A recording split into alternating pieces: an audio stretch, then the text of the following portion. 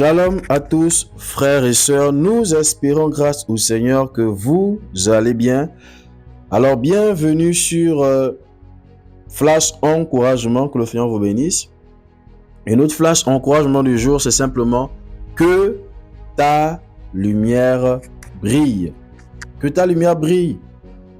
Pourquoi il est important, effectivement, frères et sœurs, que notre lumière brille? Parce que, comme vous le savez, nous sommes dans un monde où les ténèbres de plus en plus deviennent palpables.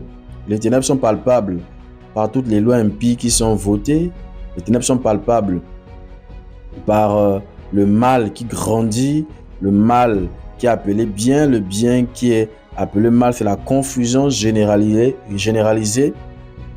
Et nous avons besoin dans cette génération, dans ce temps, que notre lumière brille, ou simplement que la lumière du Seigneur au travers de nous brille.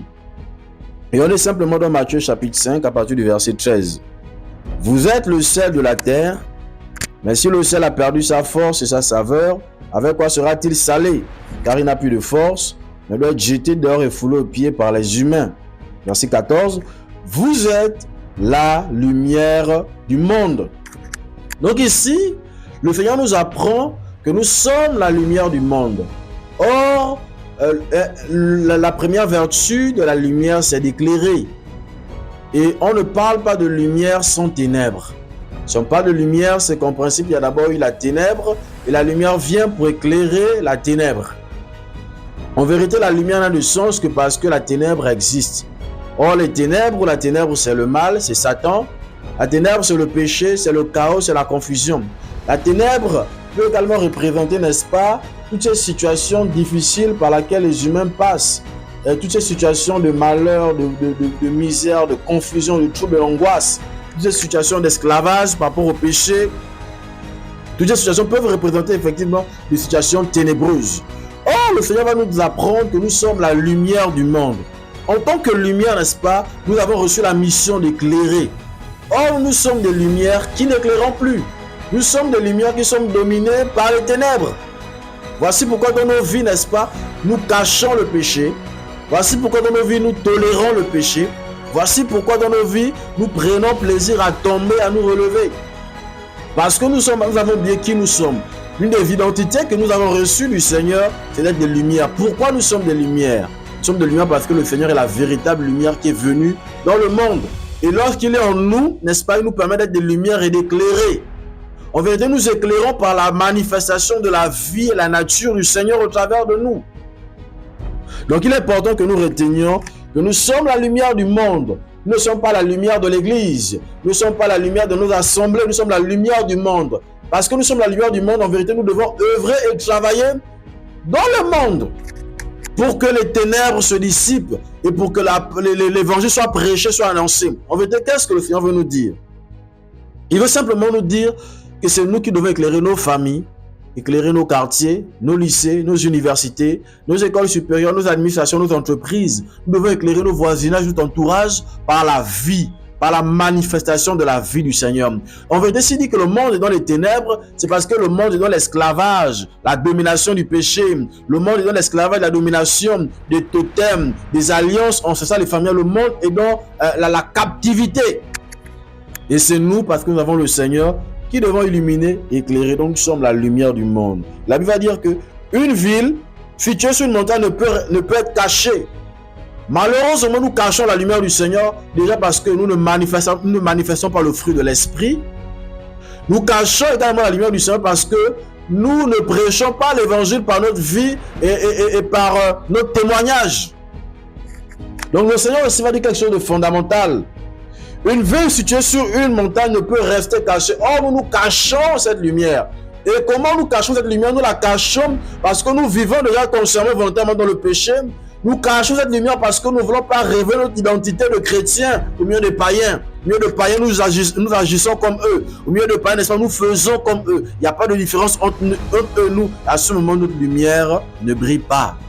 À partir du moment où nous vivons dans le péché consciemment et volontairement, à partir du moment où nous passons du temps à tomber, à nous relever, à partir du moment où nous ne manifestons pas la vie, la nature, le caractère du Seigneur, à partir de ce moment, notre lumière ne brille pas.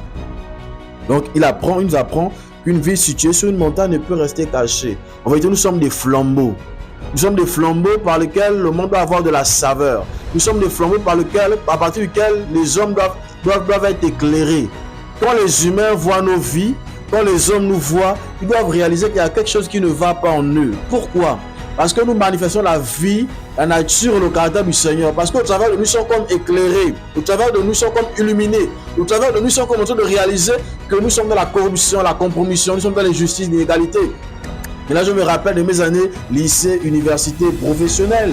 Lorsque j'étais au lycée, n'est-ce pas, tous les parents de ma classe s'identifiaient à moi. Lorsqu'ils parlaient, ils disaient, le seul chrétien ici, c'est Christ. Nous tous là, même ceux qui prétendaient être chrétiens, disaient non, vous n'êtes pas chrétien, le seul c'est Christ. Pourquoi? Parce qu'ils voyaient que sur le point du témoignage, je ne trichais pas, je me conduisais bien, je respectais le code de conduite d'établissement, j'avais un témoignage et ma vie dégageait un parfum. Et naturellement, ils s'identifiaient à eux.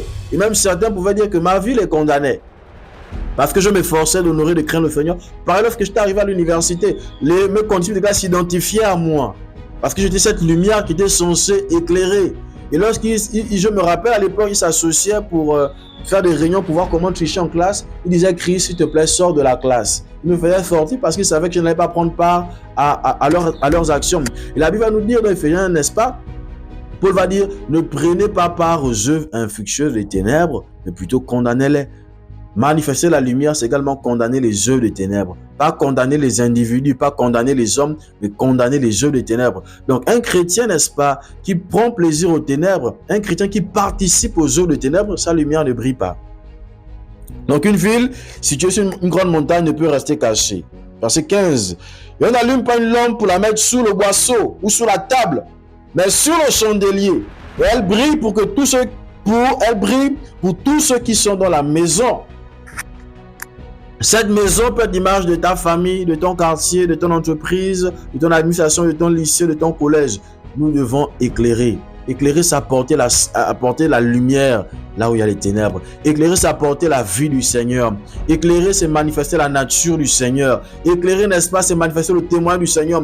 L'amour, la paix, la joie, la douceur. Et lorsque je disais que mes conditions de classe s'identifiaient à moi, c'est parce que j'étais aussi également à leur écoute. Je prenais du temps pour les écouter, pour prier pour ceux qui avaient des problèmes, n'est-ce pas? Certains venaient se confier en moi, n'est-ce pas? Lorsqu'on éclaire, automatiquement, on manifeste le fruit de l'esprit. Éclairer, c'est également manifester le fruit de l'esprit, la douceur, la patience. Nous sommes dans un monde rempli d'égoïsme. Nous sommes dans un monde rempli de cruauté. Nous sommes dans un monde rempli de méchanceté, de haine. Et nous, en tant que lumière, nous devons apporter la paix, la joie, le réconfort. Nous devons apporter, n'est-ce pas, la saveur. Mais si en tant que lumière, nous sommes dans les soucis, les inquiétudes, le péché, le trouble et l'angoisse, comment allons-nous éclairer? Le verset 16 va dire que votre lumière brille ainsi devant les humains.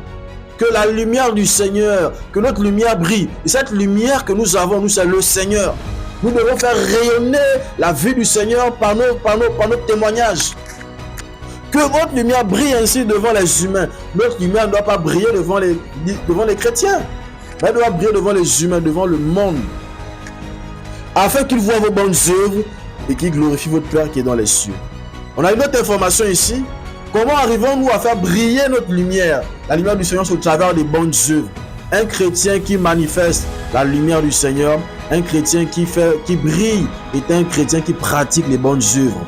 Et dans ces bonnes œuvres, on a premièrement le fruit de l'esprit, la nature du Seigneur, la joie, la paix, l'amour, la miséricorde, la compassion. Et dans ces bonnes œuvres, on a également les œuvres sociales. On a le fait de prendre soin des veuves, des orphelins, des prisonniers, des malades. Dans les bonnes œuvres, on a également le fait de prêcher l'évangile. Car prêcher l'évangile, c'est également une bonne œuvre. Dans les bonnes œuvres, on a également le fait de faire du bien. Et Jacques l'a dit, que tant que nous avons le temps et l'opportunité, nous devons faire du bien envers tous.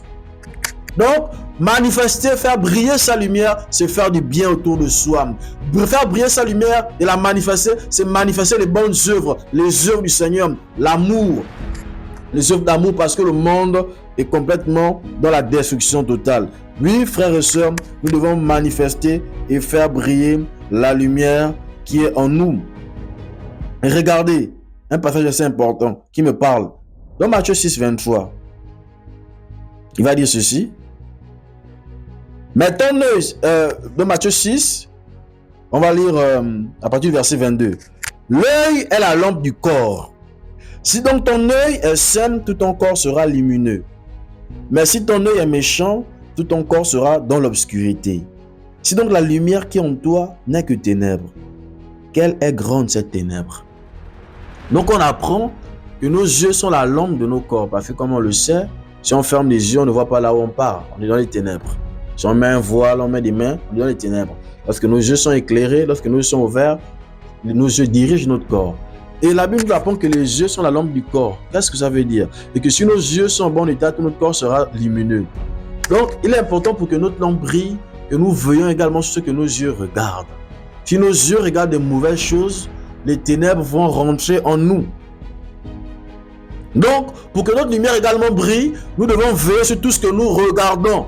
Parce que ce que nous regardons a un impact dans le monde spirituel, un impact dans notre vie de tous les jours, un impact dans notre intérieur. Si nous passons le temps à regarder des images impures, à regarder des choses qui souillent, à regarder des choses qui ne doivent pas le Seigneur, ces choses que nous regardons vont apporter une forme de ténèbres en nous. Et à partir du moment où les ténèbres seront en nous, elle va être grande et elle va se manifester par des œuvres des ténèbres. Colère, amertume, irritation, impudicité, impureté, violence et tout ce que vous connaissez.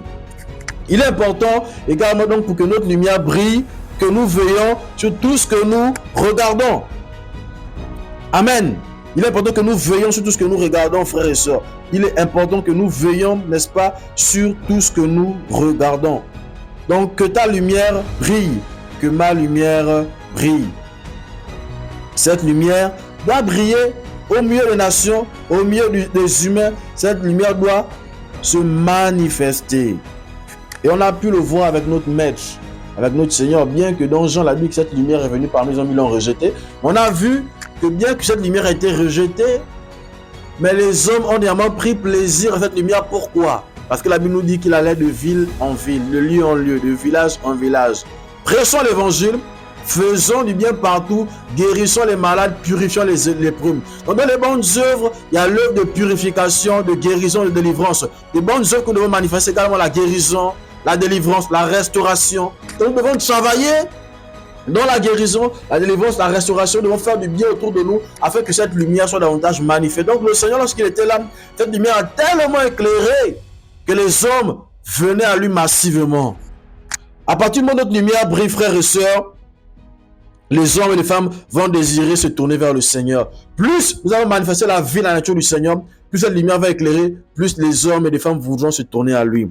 Alors, frères et sœurs, que ta lumière brille, que ma lumière brille, que la lumière du Seigneur brille en nous. Refusons le péché, refusons les ténèbres, refusons de nous conformer au siècle présent. Car une chose qui empêche cette lumière de briller, c'est lorsque nous nous conformons également au siècle présent. Soyons bénis, soyons encouragés, au nom de Yeshua. Amen.